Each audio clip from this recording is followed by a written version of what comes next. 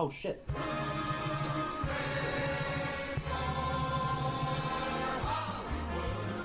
That's Hooey Valley, Hooey Hollywood, where any office boy or young mechanic can be a panic with just a good-looking pan. And any barmaid can be a star maid if she dances with or without a plan. Hooray for Hollywood, where you're terrific if you're even good, where anyone at all from Shirley Temple to Amy Semple is equally understood. Go out and try your luck, you may be gone or luck. Hooray for Hollywood. Ladies and gentlemen, boys and girls, children of all ages, you are listening to a Radulich Broadcasting premiere podcast. Damn you, Hollywood! And here's your host, Mark Radulich. Yay! Yes, again, no Robert Winfrey. He's bowing out of this one, and I am writing. I'm steering the ship today. Earlier today, Robert and I reviewed The Woman in the Window from Netflix, and we are doing movie review number 2 for the day. But I have a new member of the Radulich Broadcasting family. He has his own podcast. We've been chatting. We kind of found each other through various Facebook groups. Ladies and gentlemen, Jeff Sloboda, how you doing, sir? Hey, what's going on, Mark? I'm doing okay. I'm very pleased to be on here this evening. I don't know when this, I don't know if this is live or if this is going to be coming out tomorrow or later tonight. Live to tape as soon as we're done. Okay, great. So yeah, I mean, I'm feeling pretty good, man. I mean, sorry if I kind of pushed things a little bit like to the last minute and whatnot with the show, but hopefully, we'll just collaborate together very well, like we have like earlier on the phone when we talked before, and I'm really happy to be on here and everything and whatnot, and it sounds like we're going to have a great time. So tonight we are reviewing Stowaway, which is a Netflix exclusive. It's a 2021 science fiction thriller film written by Joe Penna and Ryan Morrison, directed by Joe Penna. It stars Anna Kendrick, Daniel Day Kim, Shamir Anderson, and the beautiful Toni Collette. And it debuted on Netflix April 22nd, 2021. Now, unlike Woman in the Window, this actually didn't get a theatrical... This wasn't supposed to get necessarily a theatrical release. In November of 2018, Sony Pictures Worldwide Acquisitions acquired international distribution rights to the film, except for the United States. And in December of 2020, Netflix acquired distribution rights to the film, acquiring territories previously purchased by Sony, with Prime Video set to distribute in Canada.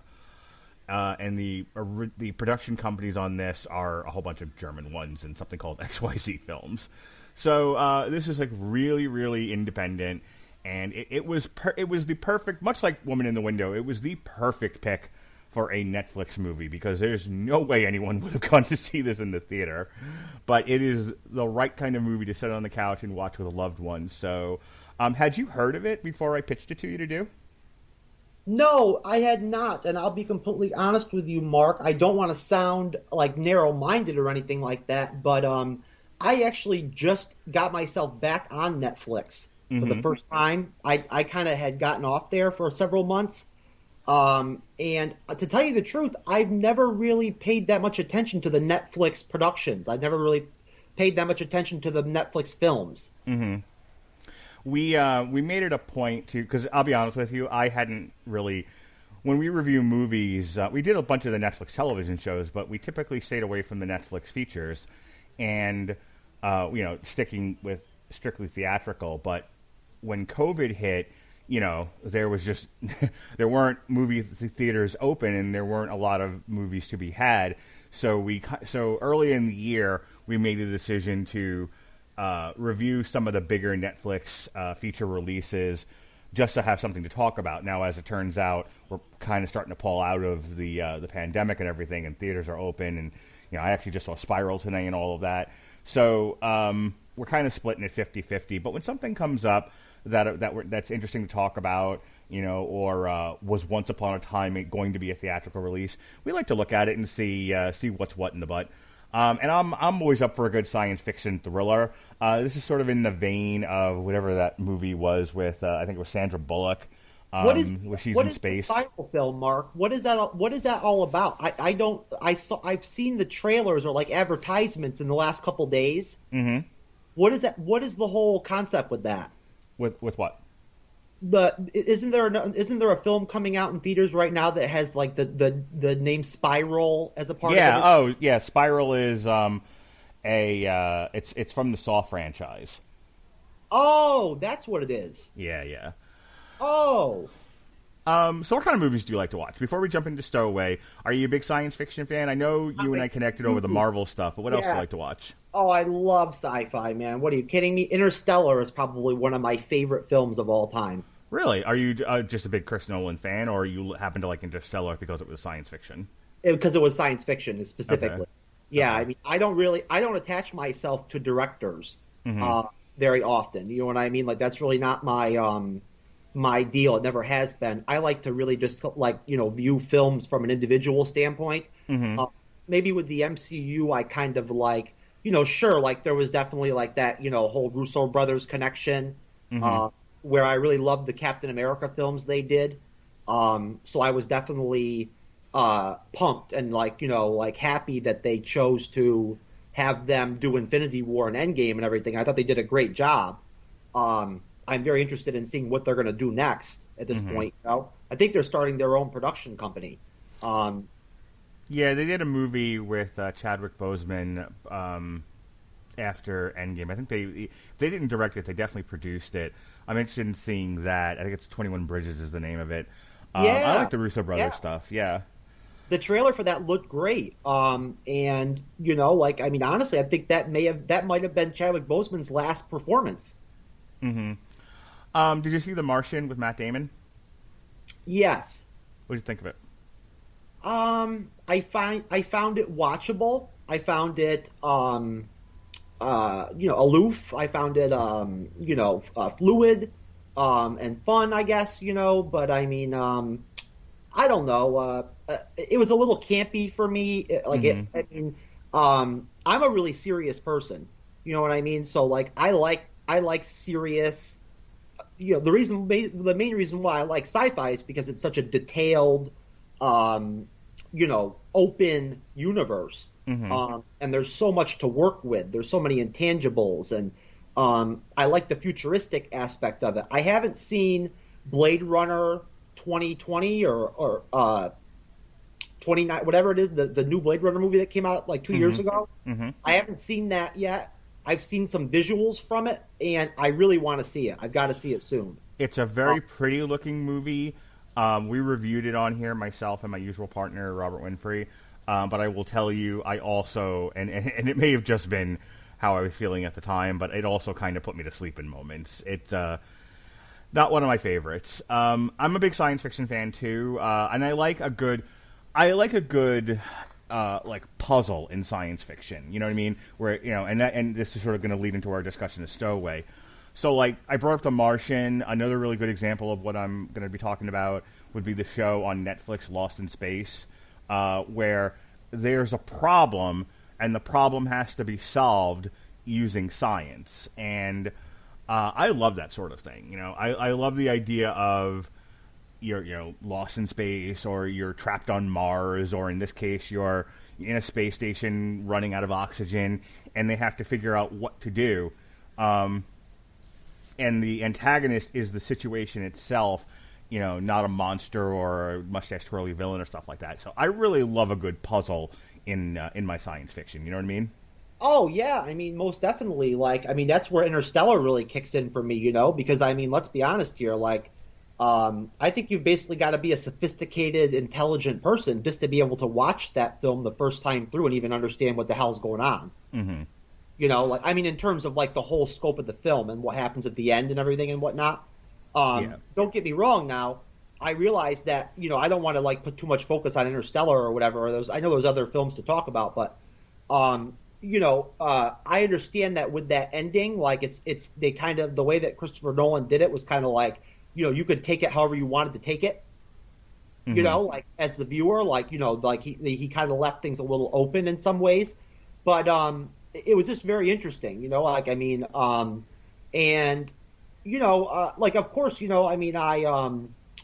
you know, I like darker, I like edgier, darker type fare, whether Mm-hmm. it's like drama, whether it's sci-fi, whether it's semi horror. I'm not a huge horror person, but I'll tell you right now, if you guys decide to do a review of the No Remorse on Amazon Prime, with Michael B. Jordan, I'd love to get in on that because I haven't watched it yet. I wish I had known Did because you I already had do it? we'll talk after the show about planning to do that one. I had actually asked a bunch of the people and I work with like a dozen people, but nobody was interested. Nobody cared. Even the guy who I usually get to do stuff like that, like me and him, my buddy Jason.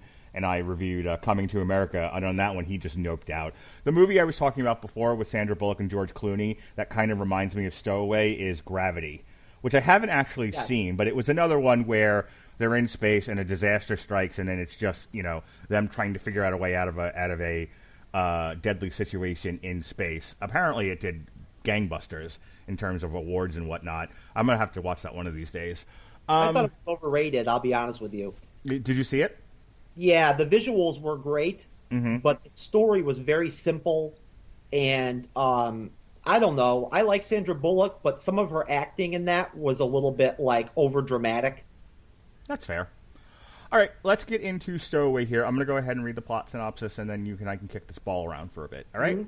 The crew of the MTS-42, a 2-year mission to Mars, consists of Commander Marina Barnett, played by Toni Collette, biologist David Kim, played by Daniel Dai Kim, and medical researcher Zoe Levinson, played by the beautiful, vivacious Anna Kendrick, which is like half the reason I watched this.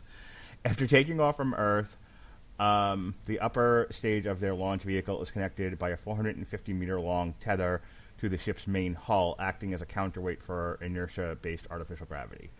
Shortly after takeoff, Barnett discovers launch support engineer Michael Adams, an accidental stowaway, unconscious behind a panel. The crew begins to bond with him, but Barnett soon learns that Michael's body had been entangled with and inadvertently destroyed a device which scrubs carbon dioxide from the air on the ship. The crew are forced to use emergency lithium hydroxide canisters to scrub CO2 from the air. However, the canisters can only sustain enough oxygen for 2 passengers. Barnett orders David to immediately cultivate his algae experiment on the ship rather than at the Martian colony as planned. Only half of the algae survives, providing just enough oxygen for a 3rd crew member. Without another oxygen supply, the crew of 4 will asphyxiate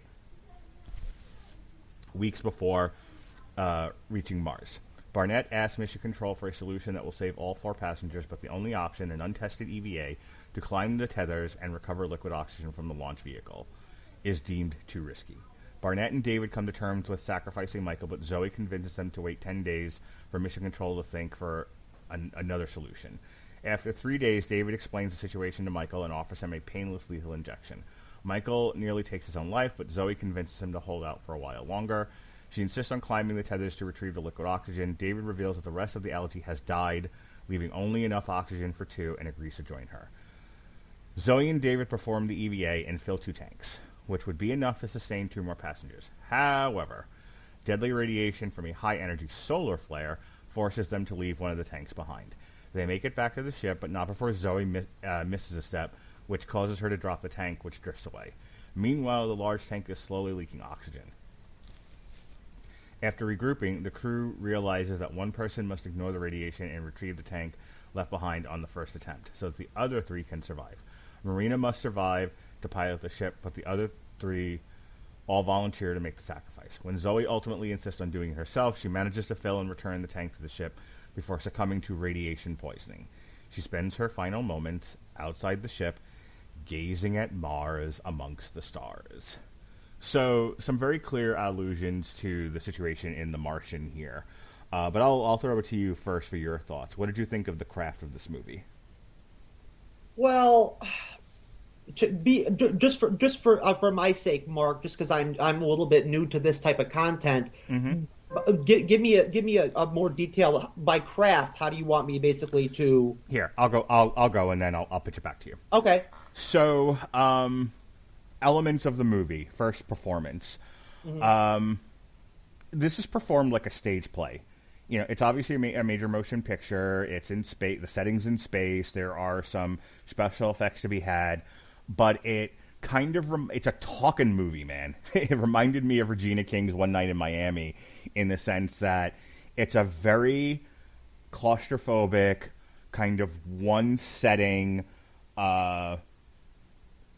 movie where you have four characters talking to each other and they're moralizing over the dilemma that they're in and trying to figure it out, trying to, as Matt Damon said once, science the hell out of it. Without the ability to do that, they have to start thinking about someone is going to end up dead on this ship or we're all going to die. And what do you do with that? What are the ethics of that? And so back to performances. I thought, this is a pretty strong cast. I mean, there's only 4 people in it. But, Anna Kendrick, known for things like Noelle and the Pitch Perfect movies, I thought gave a very solid performance as sort of the voice of morality amongst the crew.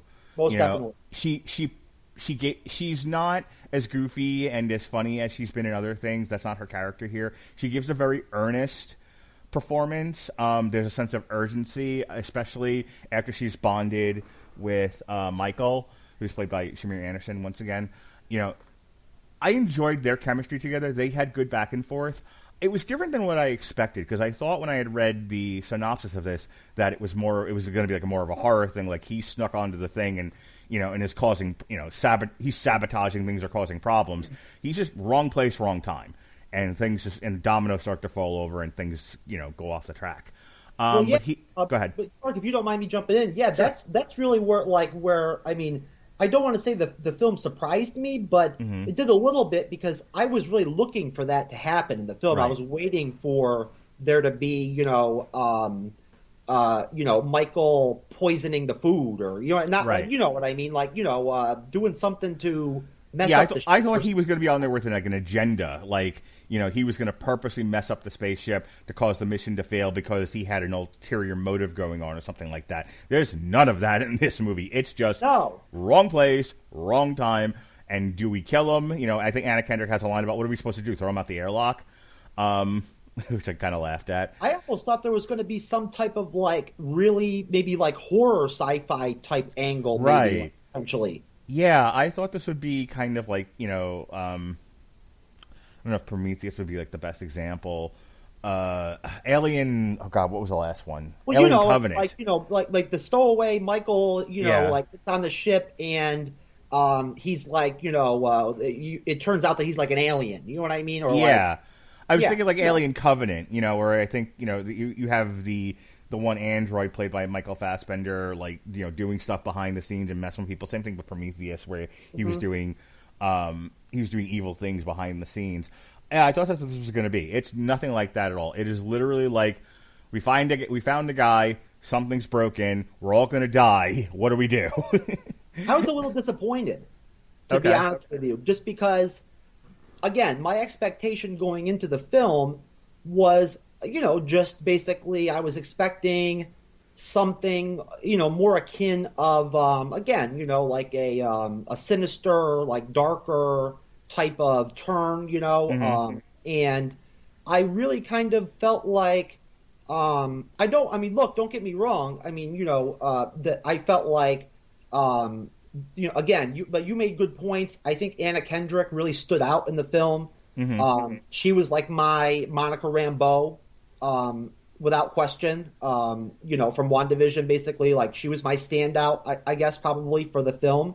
I felt like they wanted to elevate her character in the movie. I felt like that was something they were trying to do purposely. I don't feel like she stole the show. But she definitely separated herself with her acting. And I would agree to some extent. I think that the rapport that she develops with Michael is kind of nice, it's kind. It's she's a very very sweet type character in the film.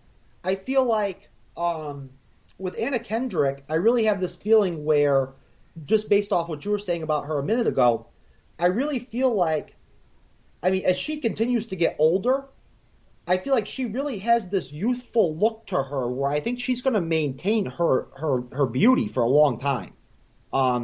And, you know, not that that's like the most, you know, important aspect of her as an actress or anything like that, but she's very beautiful. In a very unique way, in a very, you know, like she has her own individual, unique attractiveness, which I like about her, just like Toni Collette does. Toni Collette, I thought, gave a great performance in this because, again, nobody is a real villain, but everyone's dealing with a very real problem. And I like the thing about this movie is it's very much a thinker's movie. It's very much a philosophical movie about what do you do. You know, it's kind of the Spock thing of, you know, do the needs of the many outweigh the needs of the one or the few, and you know, and so they're in the situation where if they don't correct the problem and the problem seems out of reach to correct, then somebody has to get off the damn ship or they're all gonna die. And it's like, and Toni Collette's like, I don't want to murder anyone. I don't want anyone to die, but we're up against it. And I think Toni Collette did a really, really good job of portraying somebody beleaguered by the situation, but not like an over-the-top mustache twirly villain. Nobody's like that in this. Even, you know, there's a scene in here when David Kim gives Michael the lethal injection, and he kind of explains the situation to him. He was like, do the right thing, and just kind of walks away. And again, he's being very pragmatic. He's not being a villain, and I think that's the strength of the movie. This is not going to be for everybody. Again, you and I both were kind of shocked with it not being what we thought it was going to be. But, you know, in terms of an experiment in moralization and quandary, I actually thought the film was fairly successful. But I can see a lot of people like, there's no monster, there's nothing going on here. I don't like this. Yeah, I mean, let's be honest here. You know, you know, especially where things are at culture-wise with entertainment itself and with the film industry and everything. You know, I mean, I think that especially with like the whole Marvel impact on things, the MCU impact. You know, like I think there's been like maybe a situation with the MCU films where like you really kind of get used to like expecting the flashy. A laser in the sky and two people with the same powers fighting. Like, with the crazy, you know, like filming and visuals and everything that are stunning and everything and whatnot, and this, you know, special effects. I felt like this was a very minimalized film. I can only imagine what the budget must have been on it. I mean, if I had to guess, I'd have to say maybe $10 million. $10 million? Yep. Okay. I mean, you know, okay. Well, I mean, you know, I think that sounds. If I would have guessed, I would have said maybe 15 or 20. Yeah, I was gonna say the average Marvel movie, the average blockbuster is about $200 million. This thing was made for basically pennies on the dollar. Oh yeah. I mean, and you know, the movie is what it is pretty much. I mean, I feel like I'm in the same position that you're in, the same boat that you are, Mark. Like, I feel like I enjoyed the philosophical angles of the film. I feel like Toni Collette was definitely very rigid. As Marina, especially in the beginning, I think it's very important that we mention from a craft standpoint that opening scene where you're really trying to feel the movie out, and they just basically they start things off, which I felt was very unique to this film. That's one thing I can definitely point out where I feel like they really did something different for me, and that was the fact that they started the movie off with them in their launch into space. That was very cool to me. I've never seen that before. Yeah, I thought the launch sequence was really, really good. It was a very strong beginning to the film that for the remainder of it is going to be very quiet and very slow and a lot of talking. It sets the tone because it really sets the tone to a little bit with respect from the characters, the three characters. When you know, at that point, thinking you're only going to have three, you know, like because that's all you see on the screen. You know, of course, you know that's Stowaway. You know what I mean? Like, you don't know what you're going to get into when they go to the base. But like right from the beginning, you know, I don't want to say this was Toni Collette because of her like acting just being so stoic or whatever. But I felt like it was very clear, not just because of the sequencing of their seating or anything like that, that she was really the leader. of the show. And Anna Kendrick had kind of like a wide-eyed, like deer in the headlights kind of look during the launch scene to some extent. And then I apologize. What is it? Was it David Kim? He almost looked like he was like going to get sick. You know what I mean? Like he looked like he was like uncomfortable. So I didn't really know what to think. I didn't know what to make of him really at that point. Although I enjoyed him throughout the entire film, I felt like, if anything, what I liked was, again, like you mentioned, seeing Toni Collette kind of lose it emotionally a little bit. Like at certain parts of like the ending of the film, and then seeing her, in that porthole window, looking at Anna Kendrick when she's just like sat down at that point, or like realizes that she's not going to make it. Yeah, I thought that was really touching. She kind of nods to her and everything and whatnot. I'm glad that you kind of explained that ending to me, because I won't lie to you. I mean, I'm a pretty perceptive guy, but I mean, I did not completely understand exactly what happened with Anna Kendrick at the end of the film, just because I couldn't tell whether or not she got them the oxygen or not. Yeah, it was a little muddled at the end. I honestly, I watched it earlier today, and then I did another podcast, and I went into the movies with my kids and everything, and I came home and I had to read the synopsis as I did at the beginning of this show, to kind of figure out what the hell happened at the end. because I knew she died. I knew the solar flare got her, but I wasn't quite sure if it was mission accomplished or not, and apparently it was. But that would be like my only real complaint about this is at the end, at the very, very end, where Anna Kendrick saves everybody but sacrifices herself, it wasn't completely clear what was happening. No, I thought she committed suicide. Yeah, kind of. That's what I thought happened. I was like, oh, okay. She just decided to just stay out there because she knows there's not enough air in the ship, for 4 people. So she just said, "The hell with it. I'm going to sacrifice myself." That's what I thought. Okay. The one last comment that I have about the movie, and then I'll give you the last word on it. And we'll move on, because I don't think there's a whole lot more to say about this. For a kind of a one setting movie, I think they made the most of it. You used the word minimalist before, and I think that's very true. Like I said, it kind of reminded me of a stage play. But spaceships are not supposed to be the most like colorful thing. This isn't a fantasy world, but I thought they do change locations within the space station, and then of course the stuff outside where they're I think them climbing the tether and getting the canisters, there was a lot of tension in those shots, and I thought that made the movie very successful. And I'll give you the last word. I would have liked to have seen them during the space aspects of the film. There, the tether part, the spacewalk type activity. I really felt like it would have been nice if they would have got a little bit more expansive with the shots. They were a little tight for me, just in terms of it's space. So like, I want to see space wide open, kind of. You know what I mean? Like, I want to see stars, and like, I want it to look like space. Those scenes were very black. Like, it was just very much like black space, and maybe they did that on purpose. I don't know. It was effective. I'm just saying, for me, from a visual standpoint, I felt like maybe they could have made some of those scenes be a little bit bigger, like a little bit more grand, if they would have maybe done more with the just the shooting of the scenes, I guess, the angles, or like the width. But basically, really, to tell you the truth, I feel like there's more to that. Like maybe just for guys like me or whatever, and there's more to that movie than meets the eye, because I could talk about this movie for another 20 or 30 minutes, just because there were that many things in the movie that I found interesting. And like, I definitely agree with you 100% that I felt like they did a good job with the spaceship, in terms of making it detailed and like interesting, and compartmentalized to where there was, it did look very authentic, to me anyway.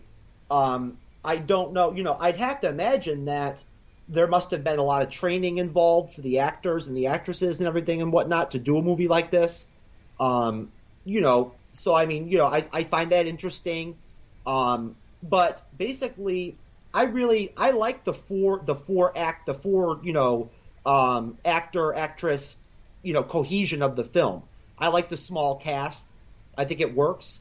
I think it's, I like to see movies like that with small casts like that. Mm-hmm. There's good cohesion, I feel like, between all the players throughout the film. And, if anything, I think that anybody who watches it is just probably, if they don't hear this, they're probably going to be thinking the same thing I was thinking with Michael when he pops up in the movie and falls out of that, shaft or whatever. You don't know what's going to happen. You're wondering what's going to go on and everything and whatnot. And I don't know. I don't want to say that I was not happy with how they handled it. He had a very he had a very human side to him that was very interesting and emotional, and I definitely felt for him hardcore. He seemed like a good guy.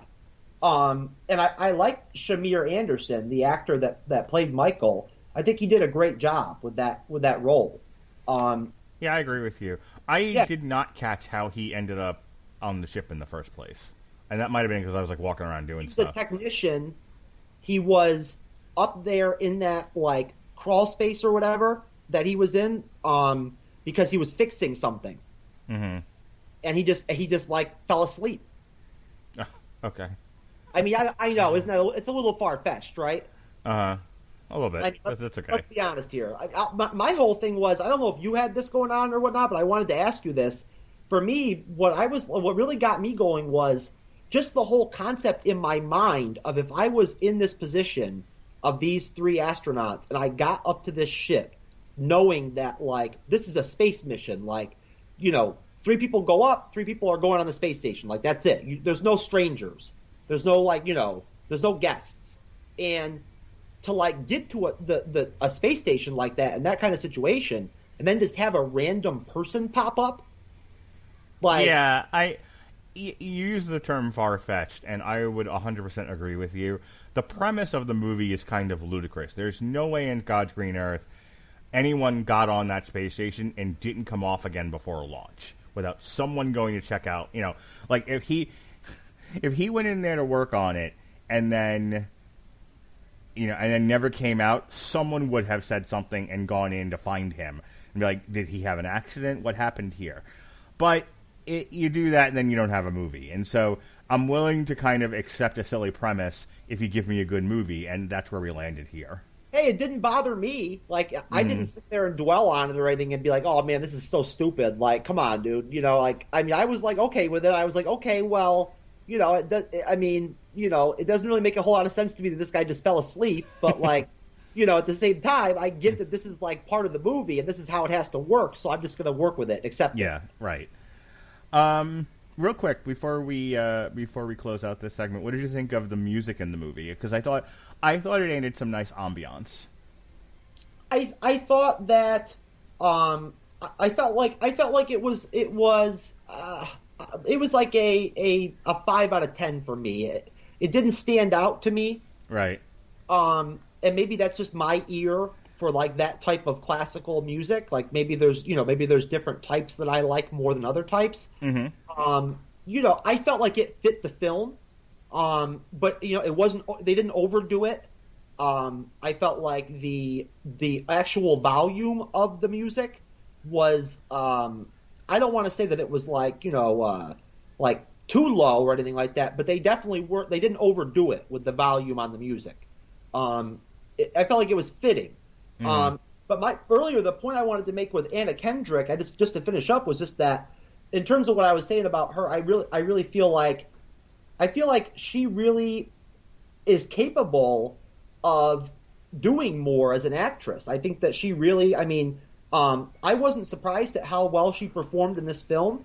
I felt like this was a movie where I felt like I was surprised to see Anna Kendrick in the movie, to be honest with you. because she's not the first person I would think of to be in a role like that.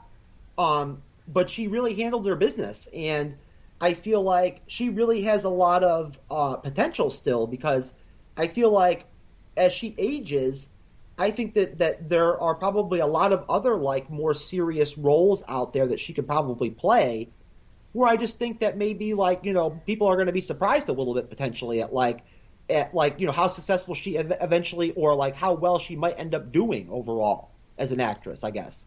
She has on her Wikipedia filmography, she's got one movie coming up called Unsound. It doesn't give any dates or anything like that, but that's what she's got coming up. And I would tend to agree with you. She's got, from 2003 to 2021, not everything she's been in has been, like a silly, fun comedy.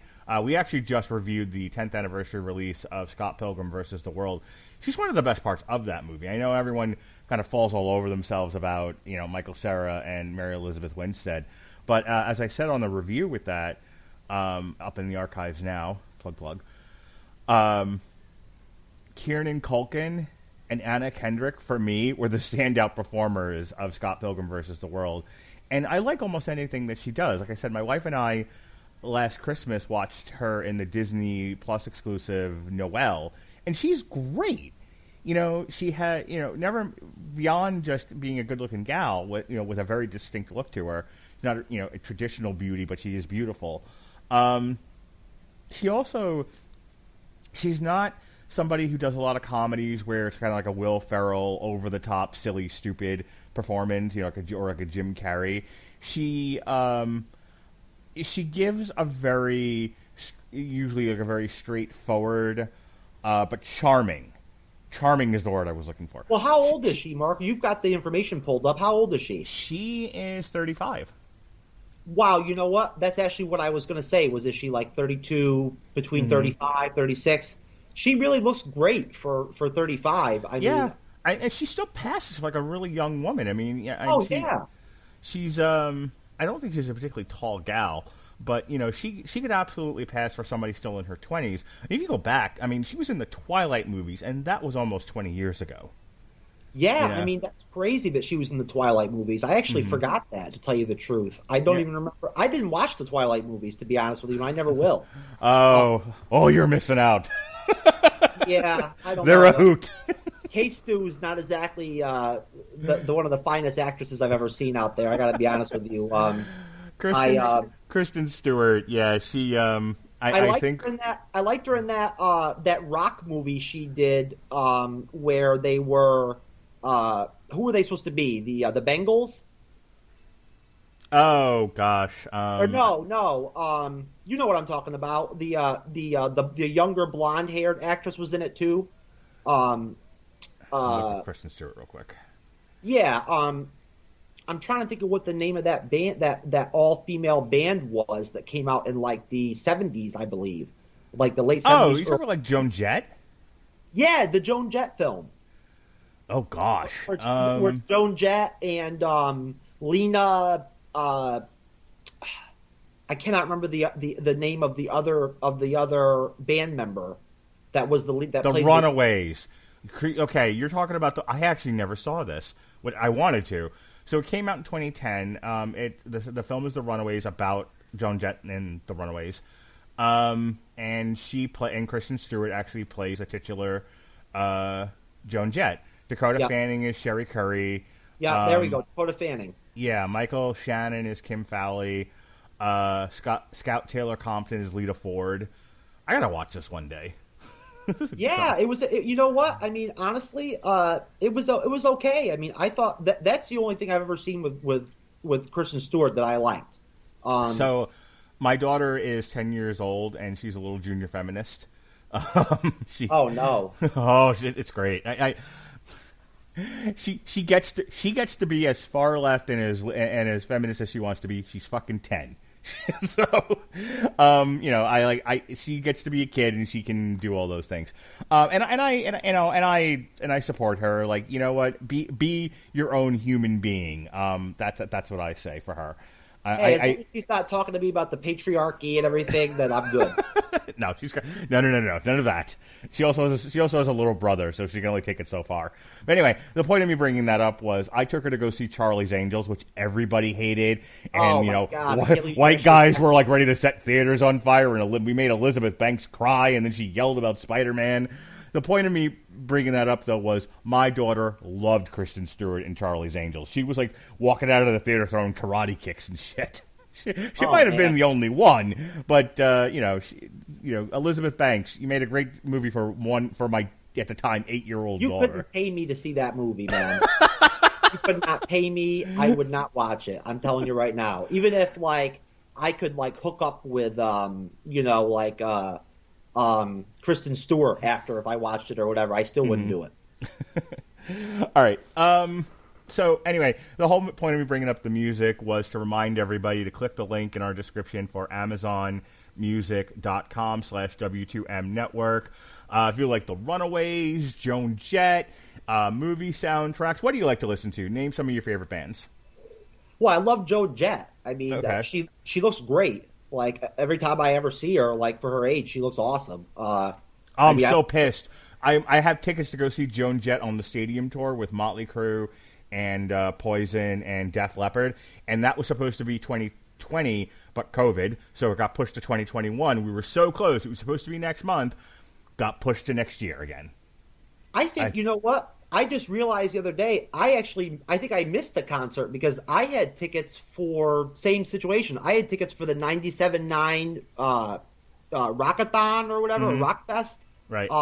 In Tampa. Yep. And basically, it was supposed to be, the show was supposed to happen in 2020, or late. It was actually, I think it was late 2019. It got postponed. And it actually just went off a couple weeks ago. Oh, and wow. I didn't even realize it. But it was, let's see, Theory of a Dead Man. Honestly, to tell you the truth, let's see, who else was there? Really, there was a lot of the bands that were there were kind of no name, to tell you the truth, like alternative rock bands I really didn't know that much about. But Shinedown was there. Okay. I like Shinedown. And so, me personally, I'm very eclectic when it comes to music. I mean, I like a lot of alternative rock from the 90s. Did you see Korn and Stain tickets went on sale for their show here in Tampa? No, I didn't hear about that. Yeah, I got tickets for me and my daughter to go because my wife hates a lot of the bands I listen to. So she doesn't want to go to any more concerts with me, but now I'm dragging my daughter. So I got 2 tickets to go see Korn and Stain today. Oh, I'd love to go see Korn and Stain with my daughter. My daughter would probably like that. Although, I mean, she doesn't know who Korn is or Stain is, of course. But right. Which is unfortunate. I mean, got to teach them young. Hey, I mean, my daughter has her own tastes when it comes to art and music and stuff like that. Sure. We're on different paths, kind of, you know what I mean? We don't really connect there. My daughter can listen to all the K-pop and J-pop she wants, but when she hangs out with Dad, we listen to rock. Well, I mean, I like classic rock. Really, I do. If I had to tell you, if I had to say, what's my favorite type of music, it's probably a split between classic rock, because I love classic rock. I love Fleetwood Mac. Okay. I really do. Fleetwood Mac's probably my favorite band. I like the Eagles. I like the band. I like Bob Seger. Okay. That's all good stuff. Oh yeah, I mean, I really like alternative rock from the 90s and the early 2000s, like Stain. I really like Korn. I was a big Nirvana fan back in the day. Lost it at school and everything, and was crying when Kurt Cobain died and everything. Sure. But I also like rap too. I like a lot of old school rap. A lot of 80s and 90s rap, early 2000s rap. Don't really like rap these days very much, to tell you the truth. Every once in a while I hear something here and there that's okay. I like Tom McDonald. Okay. Well, you can find all of those bands on Amazon Music. Get AmazonMusic.com/W2M Network. You click our link, you sign up for it, you get a free 30 days of Amazon Music on us here at the Radulich Broadcasting Network and W2M, and you can stream Up on Cripple Creek by the Band, Bob Seger and the Silver Bullet Band. You can, All Them Dreams by Fleetwood Mac. All the bands that Jeff just mentioned. If you're like me and you like it a little harder, a little edgier, you want to get some Slayer going, or a lot of these bands that we look at on the Metal Hammer of Doom, like Gojira, which just put out a new album. That's all going to be there waiting for you on AmazonMusic.com. All right. With that said, let's move to the news segment. And now I'm up at News Flash.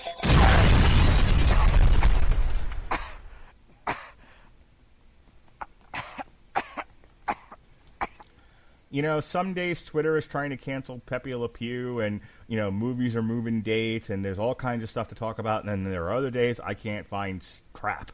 But you pitched me a story, and that's what we're going to talk about tonight.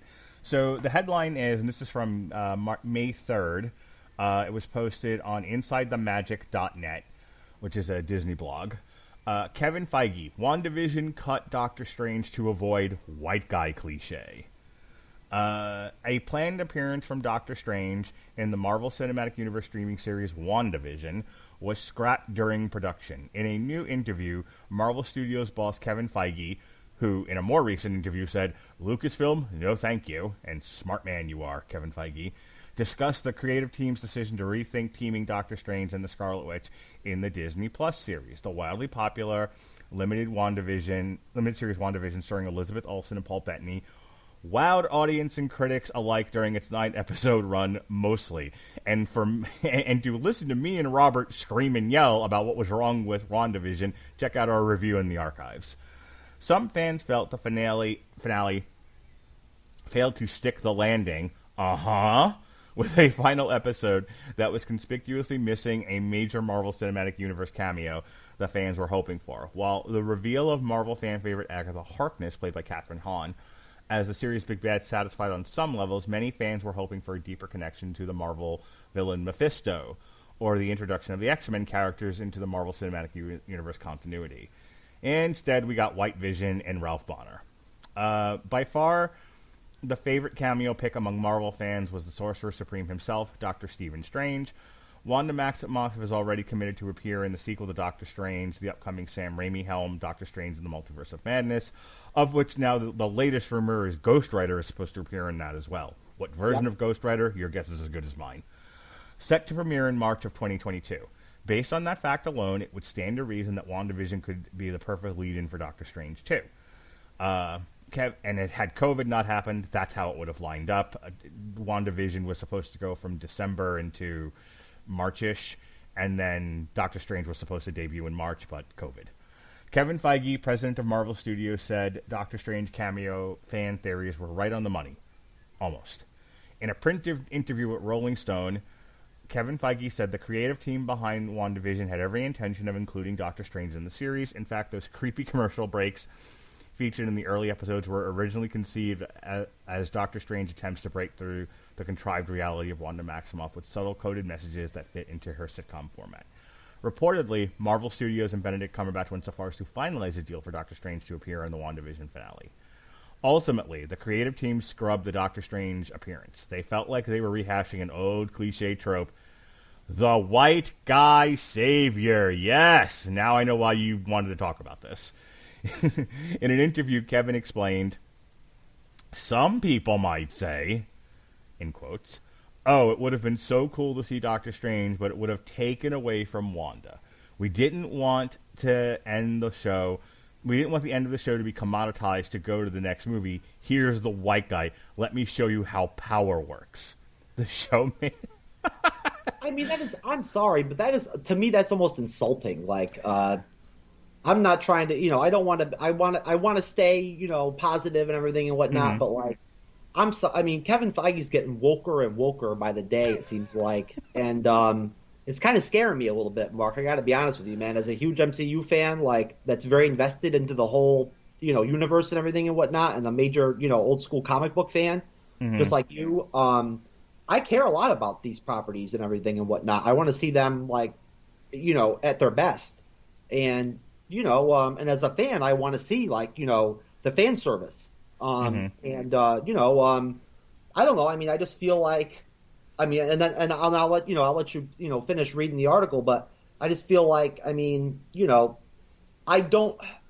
It seems like nitpicking to me. Oh yeah.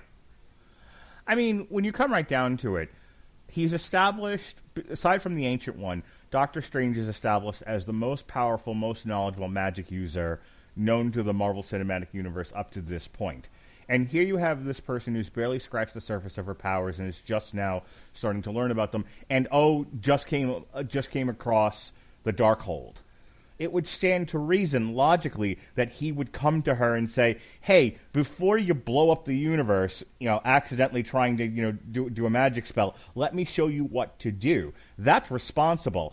The idea of, well, some fans might reject it. It's the same fans that don't want Prince Charming to kiss Snow White at the end of the ride because it's an unconsensual kiss, or Pepe Le Pew was a racist. Those people. I don't even think those people would even. I don't even think those people would have been upset, Mark. Who knows? I even think those people would have been happy to see Doctor Strange. Mm. I mean, honestly, you tell me, Mark. Like, for me, I mean, what I really feel like really moves these MCU movies and these shows, what really makes them work and makes them interesting and fun is when they do bring in the guest characters and the guest, superheroes into the shows or into the movies. I like to see the collaborations. That's what made Infinity War and Endgame so interesting and fun and everything. Was the expansive cast, and the collaborations between the different characters in the different scenes together. But with for me as a fan and just in general with the MCU, I feel like your point with Doctor Strange is well put, and I think that for one thing, with Benedict Cumberbatch and Doctor Strange, I would have liked to have seen him being spread around more. It would have been nice to see him pop up in WandaVision, just because I want to see him. I want to see access to him. Right. He's fun. He's a very interesting, powerful, important character from the Marvel Cinematic Universe, from the comic books. And if anything, I want to see as much of him as possible.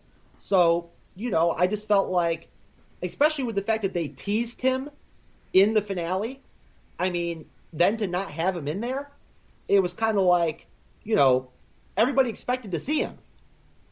And that's the thing. It isn't like they don't have a long storied history of a character showing up at the end of a movie to set up the next thing.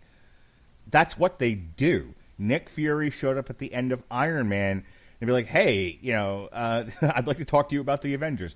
Then showed up at the end of Hulk. Not Nick Fury. Then Robert Downey Jr. shows up at the end of Hulk going, "Have you heard about the Avengers?" At the end, this just goes on and on and on, And at the end of Captain America, they jumped right into the Avengers.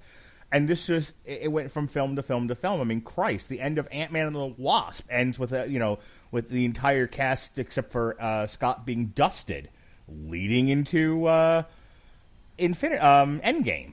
So, I mean, you have the Thanos showing up at the end of Avengers, and I'm going to do it myself, that kind of shit. So it's like, you've already set this expectation that a character will show up at the end of whatever it is you're doing to set up the next thing. This bullshit argument, and I think it is bullshit, and I'm not one that gets tremendously upset about wokeness or representation, that sort of thing. I don't get bent out of shape about Girl Thor. I don't get bent out of shape about Black Captain America. These are things that do not upset me. What I do get annoyed by, though, is it sounds like Marvel is trying to get ahead of whatever stupid criticism comes out of Twitter or the New York Times editorial page. Again, looking at the guy who called Pepe Le Pew a racist. A rapist. That it's like, well, gosh, if we have Doctor Strange come in at the end, someone's going to be like, "Oh, the white male came in and saved everything." And like you said, no, most people are just going to be happy to see Doctor Strange show up in a place that he would be, natural to show up in. It makes sense. It would have made sense for the flow of the show, just because, let's be honest here. how does it make sense that a magical mystical event like that occurs, like of that scale, and he doesn't investigate, and he doesn't end up popping up? You know what I Right. mean? Like over the course of like a week plus or whatever, like that was supposed to be during the show, like in their time, it makes no sense. But the FBI shows up. Right. Did you watch Agent Carter, the season that dealt with the Darkhold? No, I did not. If you have an opportunity to watch Agent Carter, first of all, it's 110% better than any given season except for one of Agents of S.H.I.E.L.D. Two, it's just a really great show. But the second season dealt exclusively with the Darkhold. And, Doctor Strange, known for being, known for having knowledge of what's going on in the greater universe from his vantage point. I find we're talking about a fictional universe here, but I would find it difficult to believe he had no inkling that Scarlet Witch got a hold of the Darkhold and is like out in out in the Hulk's cabin in Canada, fucking flipping through it. Well, you tell me, Mark. Does this make sense? That I almost feel like, to tell you the truth, I'm not trying to say that I'm not a genius like Kevin Feige is. Like I mean, just because I think he's getting woker by the day doesn't mean I don't respect the guy. Because I do. I respect his talent and like his abilities and his leadership. But I think that, and I think he has a keen eye. But at the same time, I feel like it was actually kind of a letdown for the show, and like didn't make any sense for them not to have Doctor Strange pop up at the end. No, I agree with you. I mean, it's not one of the people tend to get excited about these sort of things and they get mad and then they're like, oh, it took away from my enjoyment of the show. I'm not one of those people. I might be surprised and disappointed at first, but I'll kind of take a deep breath and go, okay, well, what did they give me? That's what I'll judge the show on. But I think you're 110% right that everything they did in the show lended itself to an appearance by Doctor Strange at the end, and then they took it away because they're afraid the New York Times might write an editorial about them negatively. Like, come on, man. Yeah. Have some balls. Yeah, and plus as fans too, again, we all know that Wanda and Doctor Strange are going to be in Spider-Man 3. We know that about Doctor Strange 2. So like I was very much expecting and anticipating seeing that entire trilogy start to really come together by having Doctor Strange and Wanda come together in WandaVision. Yeah. No, and I think that's a really good point that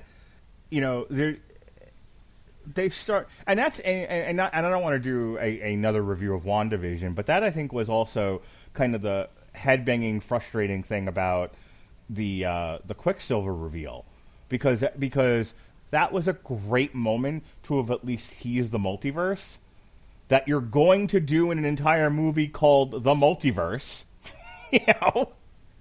and then it's like no, dick joke, like ugh. See, I would like that. Marvel is like 80% great, 20% I just want to hit someone. Yeah, I mean, like honestly, if it was up to me, looking back at the situation, I would have rather seen them not even bother bringing in that actor from the Fox universe as Quicksilver and just brought back Quicksilver from Avengers 2. Yeah, Aaron Taylor Johnson, I think his name is. Yeah, I would have liked to have just seen him in there. Like they could have made that work. And had it make sense and everything and whatnot, I read about it. They were like, well, sometimes so like if you ever watched Roseanne, the actress who's currently on the Connors was the eldest daughter in Roseanne for X amount of seasons, and then she disappeared for a season or two, and she was recasted by a different blonde actress. And then a season, she lasted for 2 or 3 seasons, and then the girl who plays Becky came back. And they even made a joke about it. They sort of made a meta self-referential joke, like, where have you been? And so with the, using the kid who plays Quicksilver from Days of Future Past, they were referencing recasting of characters within a show, and that was the purpose of it. But again, you can have more than one purpose, and you can do more than one thing, and why are you so afraid to do cool stuff now, Marvel? Why? Well, I think that there was a lot going on in that show to begin with, and I feel like, again, like you said, with the 80-20 aspect, I mean, my thing is basically that I don't know what you know. I'd love to hear your opinion, but after watching the Falcon and the Winter Soldier, I really honestly maybe I'm like really on a ledge here with this. Maybe I'm a very unique voice with this, but I like to think there's a couple other people out there that maybe agree with me. I feel like there was more consistency to WandaVision episode to episode across the span of the entire series than there was with the Falcon and the Winter Soldier. I did. You talk about tonal consistency? I felt like I was more enthralled and interested in seeing the next episode and I took more from each episode of WandaVision than I did from the Falcon and the Winter Soldier, just in the fact that, just to give you an idea of the contrast, I felt like with Falcon and the Winter Soldier, I felt like there was a real dip in the momentum of the series in episode 2 and 3. We did 3 hours on Falcon and the Winter Soldier last night, so I won't rehash the entire discussion, but I will answer your question real quickly. I preferred Falcon and the Winter Soldier to WandaVision, but for a very, very specific reason that's very, Mark Radulich. Falcon and the Winter Soldier thematically spoke to things that are important to me. Race relations, making amends. That's a big part of what the show is about. It dealt in a very different way with post-traumatic stress disorder. WandaVision deals with it too, but it deals with grief and trauma. Whereas with Bucky, they were dealing with the trauma of being a soldier for 100 years and and never having a break and that sort of thing. And so Falcon and the Winter Soldier spoke to me more individually as a person than WandaVision did. Also, the difference between the two shows for me was WandaVision, the first 3 episodes, was about all I could take of the first 3 episodes, where they were just doing odes to television shows and not much else was happening. That drove me up. But by the time we got to the end of 3 and they moved on and we did an entire episode 4 that did none of that, I was glad and I was happy, and I complimented the series for having just the right amount of pacing. But I didn't have that issue with Falcon and the Winter Soldier. I was even where there's slower moments of character work where Sam is hanging out with his sister, and they're fixing the boat, or he's practicing with the shield, stuff like that. I was more patient and more tolerant of that than I was with the first 3 episodes of WandaVision. So, the short answer is I preferred Falcon and the Winter Soldier to WandaVision, but to each his own. As Robert said on that review, the fact that it spoke to me personally doesn't necessarily make it better. It's just that is a valid. That is a valid criticism, something that speaks to you personally, but it doesn't necessarily make it objectively better or worse than anything else. Well, hey, I mean, again, I really enjoyed the Falcon and the Winter Soldier. Captain America is my favorite superhero, and I can tell you right now, I was making content about Sam Wilson, Anthony Mackie becoming Captain America 2 years ago. After Endgame, I was on Rizzle and I was on TikTok, banging videos out, talking about how I really hope that they decide to do Captain America solo films with Sam Wilson. Did you read any of the Sam Wilson as Captain America comics? Yes, some of them I did. Okay.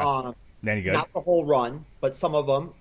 And I definitely also read the Avengers when Falcon was with the Avengers. And also I read Captain America when Falcon was with Captain America as his sidekick. Okay, the older, the 70s, 80s iterations. Yes. So, I mean, for me, I really feel like I was definitely super excited and pumped when at the end of Endgame when Steve gave Sam the shield. I loved it. I really did. I loved it. And it was a major moment that I really liked. Like I said, I've spent a lot of time. I've made a lot of content, Mark, talking about how much I like the concept of Sam as Captain America. And I really didn't, to be honest with you. I mean, of course I brought the race angle up here and there in some of my videos and stuff like that.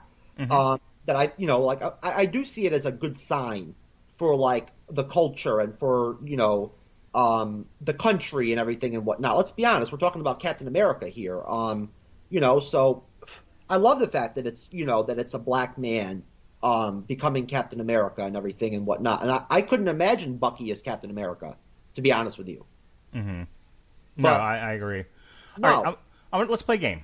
Last bit, we're going to play a game, and then we'll move on to the last segment of the podcast, and we'll close up for the night. The game is this. I'm going to read you off a list of upcoming Marvel shows, and give me like 50 words or less on each one, whatever you want to say. Okay? Ready? Yep. Loki.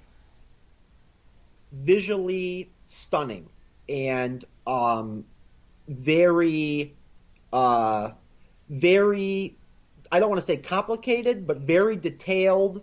There's a lot going on in the trailers. There's a lot to see from a visual standpoint. Are you looking forward to it? I think that I don't want to say that I think it's going to be probably potentially the standout Disney Plus series out of the bunch. Okay. The animated What If, which is debuting sometime in August. I don't know what to expect from it, to tell you the truth, because I've never really. I mean, it's going to be, it's going to be like a cartoon type, or like an animated type show. I think it's going to be really interesting. I really like the fact that Jeffrey Wright is going to play, O2 or whatever, the Watcher. Mm-hmm. I like him as an actor. I love his voice, so I think he'll be great. I think that the What If has a lot of potential, and we're just gonna have to see what happens when it's released and they unravel it. Ms. Marvel.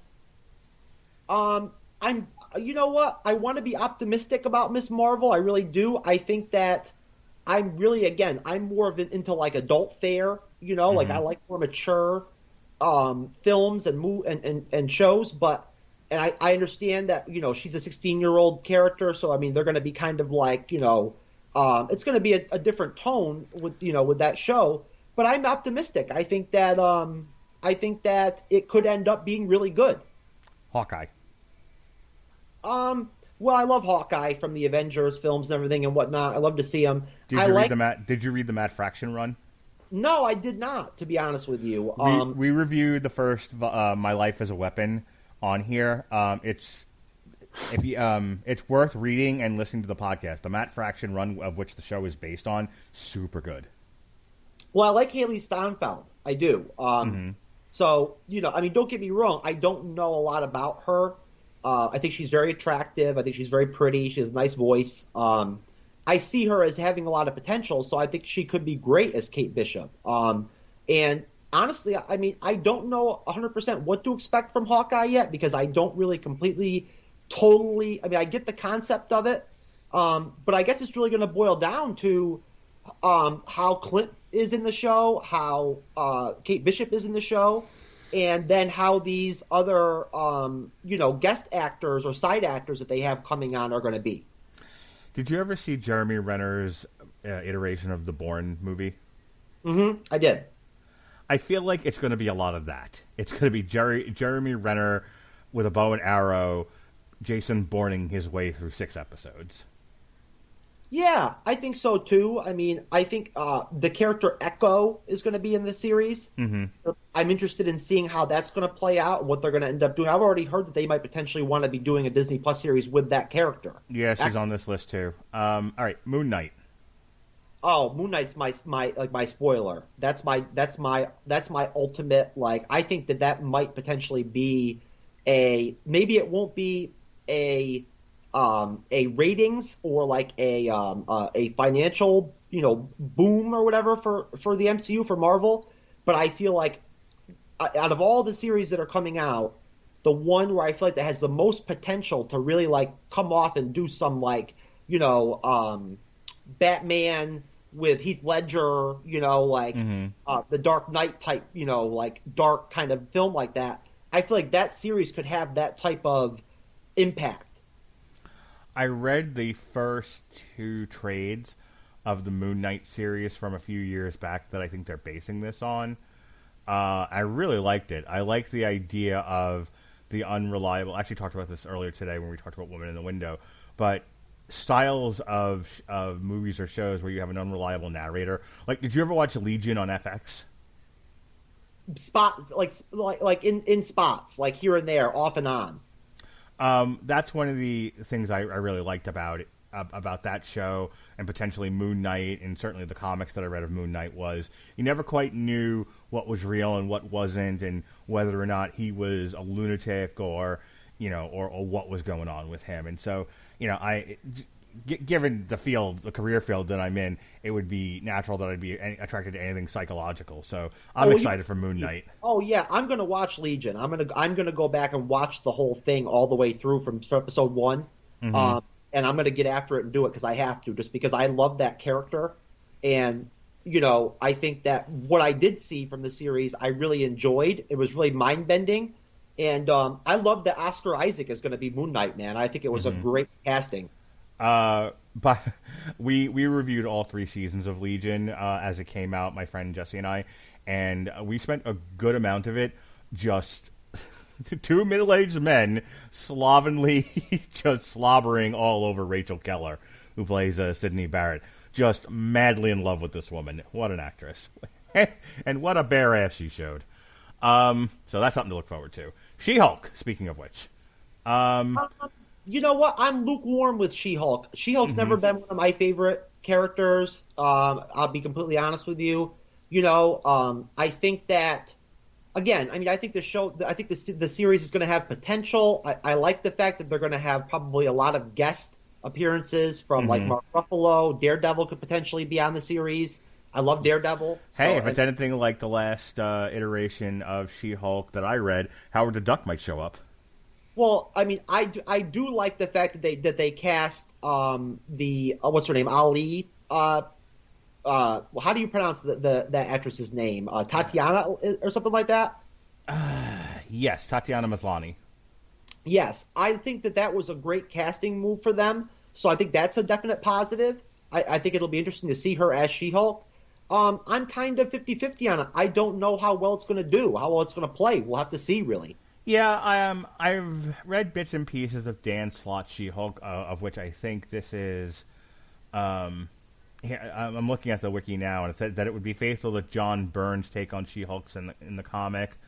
But I also think they're going to pull a lot from Dan Slott's run, and they, and in some iterations of She-Hulk, she's kind of a badass. In other iterations, she's sort of a comedic character, kind of put in zany situations, and that's more of the more recent stuff that I've read of She-Hulk, and I think that's what they're going. I know the style, the genre they're going for with She-Hulk is comedy.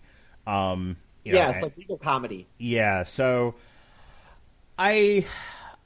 since comics don't have to be always so super serial to me, I'm kind of looking forward to it. I don't love the actress they picked for this. I was kind of hoping they would do Betty Gilpin from Glow and that last conservative shooting liberals or liberal shooting conservatives movies. I can't remember the name of it. The Hunt or something like that. I don't know if you remember it. It was like right before COVID hit. But Betty Gilpin is a tall built, strong looking woman. I don't know if you ever watched Glow, but she's great in Glow. And I would have thought, they would have wanted somebody with more of a body type for She-Hulk than this diminutive woman. But, again, CGI is a thing. We'll see what they do with her. I like the fact that the Abomination's coming back. Yeah. I'm hoping we get more of the leader who you saw once 20 years ago and never again. Yeah, I don't know if that's going to happen, Mark. I don't really. I'll be honest with you. If I had to bet money, I'd say that he doesn't show up. All right, last 3, and then we'll call it and move on. Secret Invasion. You know what? I really don't know what to anticipate or expect from it at this point, because I don't really grasp what type of version of the Secret Invasion that they're going to do with what characters, really. But you know what? I do believe that I'm accurate in saying that I believe Captain Marvel 2 sets up Secret Invasion, and I know Monica Rambeau is going to be a fixture of it, and so is Captain Marvel is going to be a big part of it. I like Captain Marvel.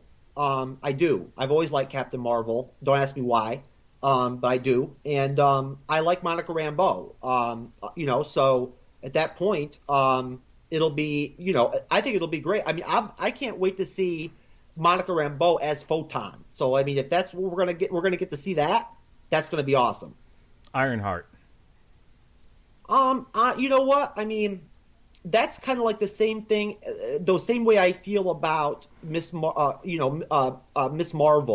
is kind of the same thing with Ironheart. I don't know what to expect from it because I feel like they're really going to be trying to do the Young Avengers kind of like super G-rated PG kind of, Saved by the Bell type vibe maybe with some of these series with these younger characters. I mean, I like the concept of it. It's interesting. I like the idea that Rhodey could be tying into that series, and then, she might tie into Armor Wars and everything like that. That seems cool to me. I think what's really going to boil down to seeing what we end up with. We'll see when the trailers come out. And you just mentioned it, Armor Wars. Armor Wars, I'm stoked about. It's a ways away.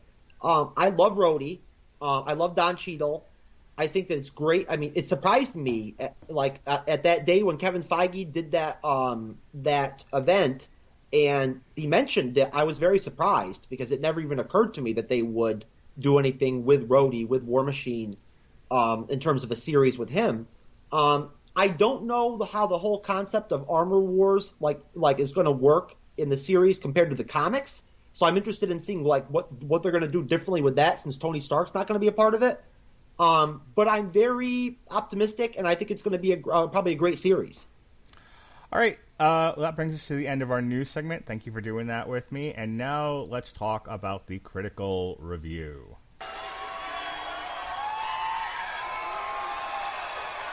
Are you ready? No! I said, are you ready? No, God! No, God, please, no! No! No! No! The critical review is brought to you by Grammarly. For you listeners of Damn You Hollywood on the Radulich and Broadcasting Network, brought to you by W2M, Grammarly is offering a free download of the Grammarly software. Grammarly's AI-powered products help people communicate more effectively. Grammarly helps you write mistake-free on Gmail, Facebook, Twitter, LinkedIn, and nearly anywhere else you write on the web. Grammarly corrects hundreds of grammar, punctuation, and spelling mistakes while also catching contextual errors, improving your vocabulary, and suggesting style improvements. To download Grammarly today, go to getgrammarly.com/W2M network. Again, that's getgrammarly.com/W2M network to download Grammarly for free. All right. So, I'm going to read a handful of these. Normally, my partner that I do this with, we tear into some of these critics. They're just so bad at their job, and we often wonder how so many of them got on Rotten Tomatoes. So that's the fun of this. Here we go. Let's see what you think. Frank Switek of One Guy's Opinion. More rumination on difficult choices than space thriller, but it does provide food for thought. Okay. Yeah, that seems relatively reasonable. Real quick before I go forward, the Rotten Tomato score in this was 77, so the critics seemed to think it was okay. The audience score, on the other hand, was 51%, which I'm not in any way shocked by. No, to be completely honest with you, I think that's probably in line with what I would have anticipated if you would have asked me just to throw out a number. I would have probably said 50, 40, 35. Yeah, I don't see this as a crowd pleaser. Stephen Lloyd Wilson of Pajiba. I mean, was Jigsaw from the Saw franchise running Mission Control? That's interesting. Yeah. I mean,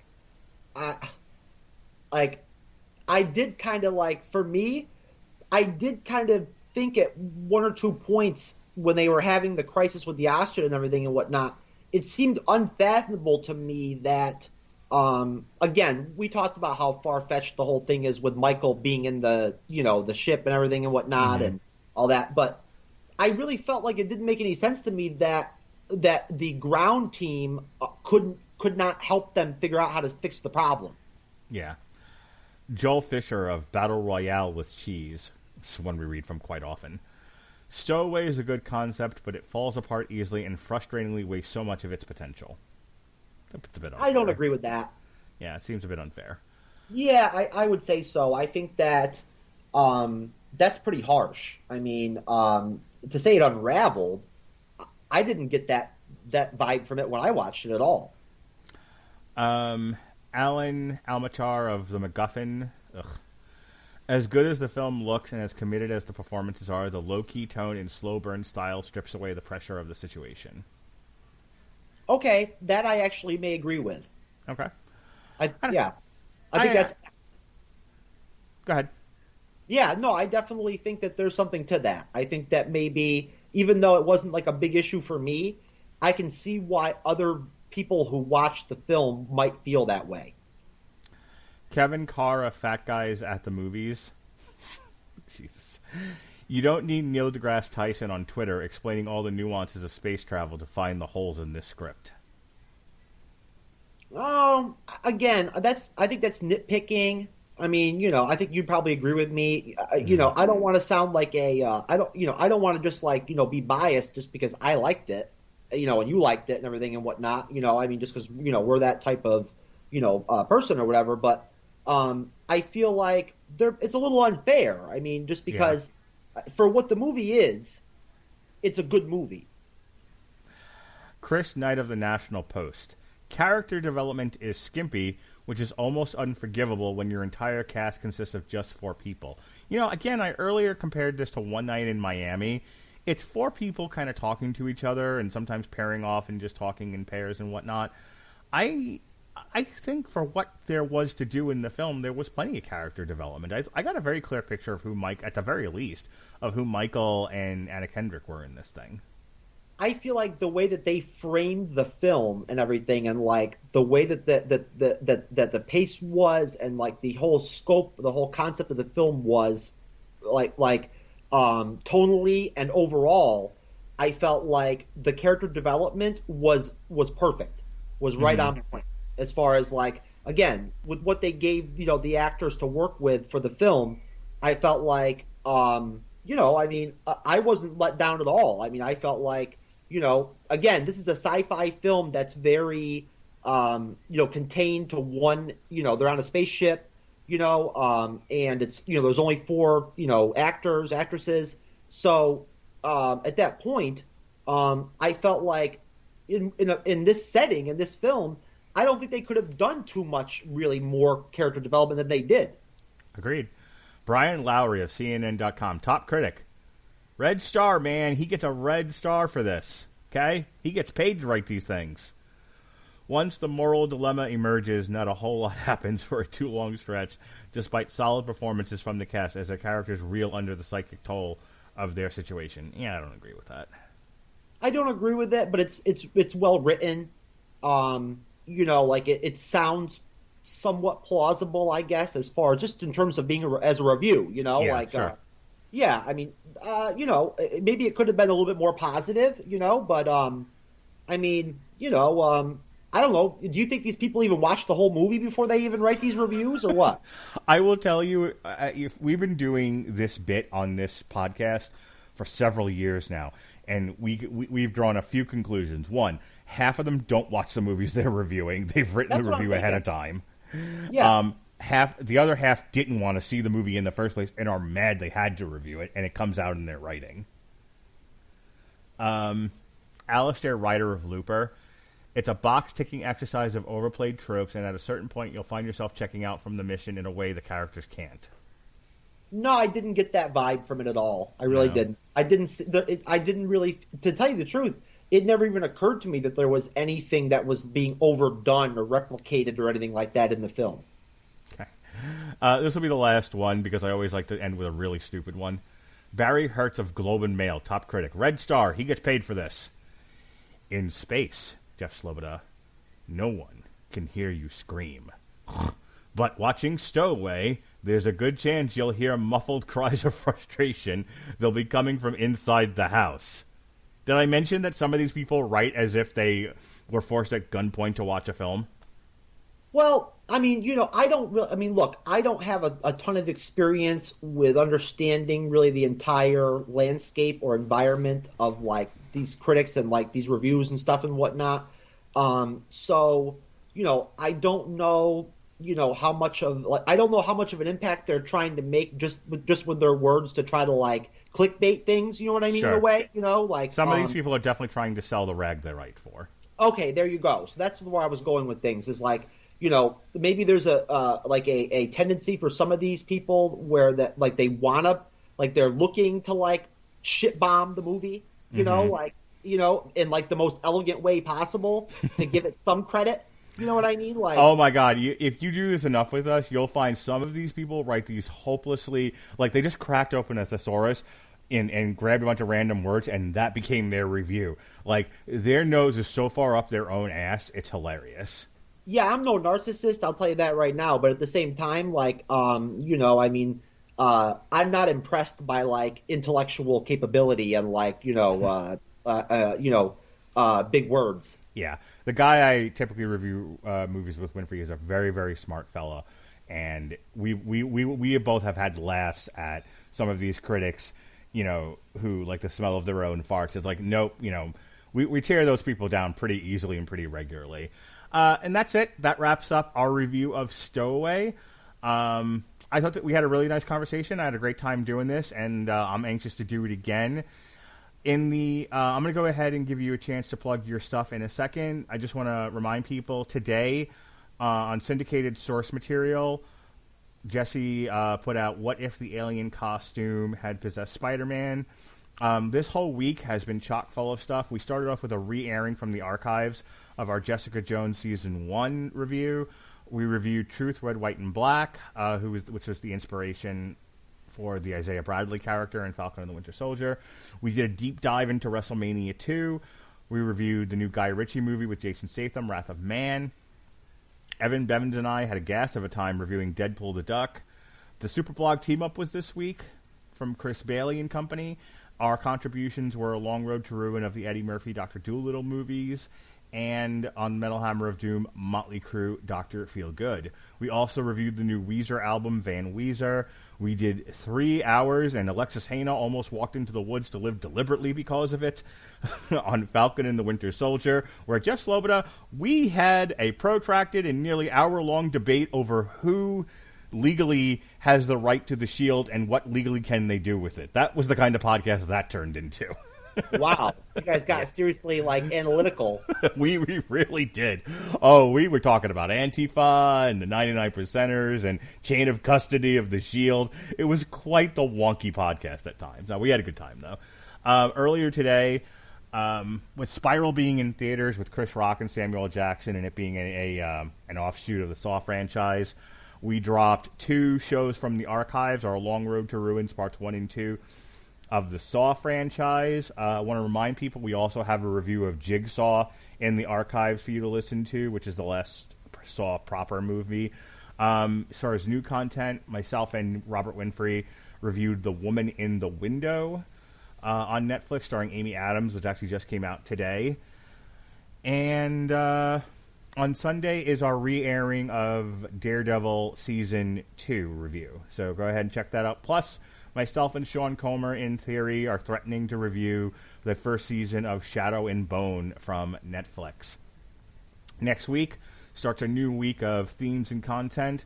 We've got the book that inspired the show, that was directly adapted into the show on Netflix, Jupiter's Legacy. I'll be talking about that with Chris Sheehan. The whole Radulich and Broadcasting gang are going to be gathering together to review Spiral. On the Metal Hammer of Doom, myself and Jesse are going to be looking at the new Saliva EP every 20 years, and then we're going to have fun just playing a bunch of their singles, because I love Saliva. Myself and Robert Winfrey are going to review Season 1 of Jupiter's Legacy from Netflix. Chris Bailey and I will review Impact Under Siege, featuring Kenny Omega and the Good Brothers versus Finn Juice and Eddie Edwards. And then Christian will join us, and we'll talk WrestleMania Backlash. And then on Friday, finally, Chris Bailey. Our archive Flashback Friday show is our Damn You Hollywood review of Batman v Superman. Oh, and what a time Robert Winfrey and I had making fun of that movie. Also, with MODOK on Hulu dropping that day, we are reviewing from the Secret Wars series, MODOK Assassin. Zack Snyder made his own goddamn movie and not somebody else's comic book thing, so it'll probably be really, really good instead of really, really bad. We're going to be reviewing Army of the Dead on Netflix. And then, oh boy, batten down the hatches, ladies and gentlemen, because Jason Teasley and I are going to be looking at some Asylum films, the Zombies movies, Zombies 1, Zombies 2, and the newly dropped that day, Aquarium of the Dead, which marks the third part of the Zombie trilogy. And a fun time will be had by all making fun of B movies. So lots of stuff for you in the archives. Jeff Sloboda, tell them where they can find your stuff and how they can find you. Oh, well, you know what? I don't want to overcomplicate things or anything like that. I'm on so many platforms, Mark, that, like, it'd take me 5 minutes to, like, spill it all out. But basically, my podcast and my YouTube channel / Twitch / Facebook Live, Periscope, whatever, is the MCU's Bleeding Edge. My co-hosts are Perry Ramsey and Cybernetic Shark. Both podcast hosts and YouTubers themselves. Also, Rizzle is my home app. I know a lot of people out there probably don't know about it or haven't heard about it, but it's been around for about a year and a half or so, I guess. And quite a few people on the app. I mean, over 10 million downloads on the Play Store. And that's where I got started making video content and everything. I have about 9 million views and 160,000 subscribers on there. So you can find me on Rizzle, mainly under the Conservative Voice. And basically, if you go on any other platform, TikTok, Clapper, any of them, basically, and just look for the Conservative Voice, you'll find me. So, or I'm Jeff Sloboda. All right. Are you on Twitter at all? Off and on. I'm on there as... What's your handle on Twitter? I'm on there as the MCU's Bleeding Edge. MCU's Bleeding Edge. Okay, great. All right, folks. I want to thank Jeff for being on here. Thank you, Jeff. This was a lot of fun. I hope to do it again soon. I'm Mark Radulich. This has been Damn You Hollywood. Be well, be safe, and behave.